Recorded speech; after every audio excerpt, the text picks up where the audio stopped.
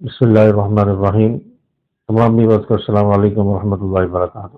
ایک صاحب نے سوال کیا ہے کہ پیشاب کے دوران یا پیشاب سے پہلے یا آخر میں منی کے قطرے نکل آتے ہیں، کیا اس صورت میں غسل فرض ہوگا یا نہیں؟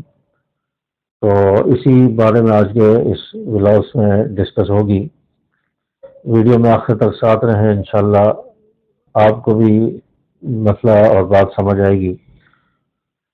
دیکھیں، پیشاب کے دوران جو قطرے آ جاتے ہیں پیشاب سے پہلے یا بعد میں، ان کو منی نہیں کہتے فقہا کی اصطلاح میں، بلکہ ان کو مزی اور ودی کہتے ہیں۔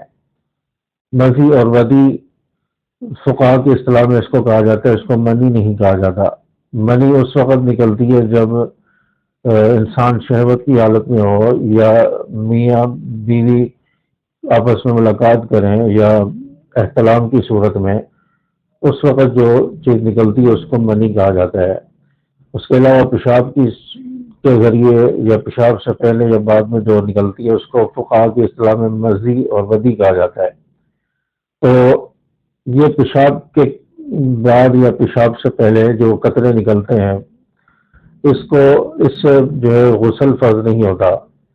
غسل اس صورت میں فرض ہوتا ہے جب احتلام ہو جائے یا میاں بیوی آپس میں ملاقات کریں، تو اس دوران جو منی نکلتی ہے اس کو جو ہے اس سے غسل فرض ہو جاتا ہے۔ لیکن اگر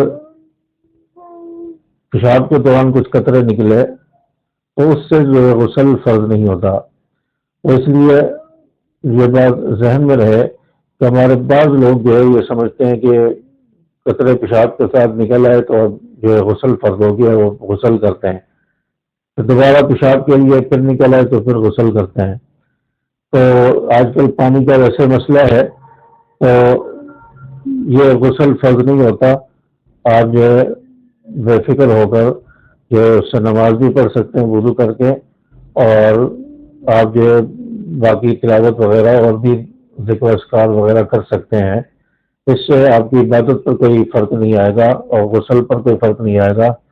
تو آپ صرف استنجا کر کے پاکی حاصل کر کے وضو کریں گے، اس سے آپ نماز وغیرہ اور دیگر عبادات کر سکتے ہیں۔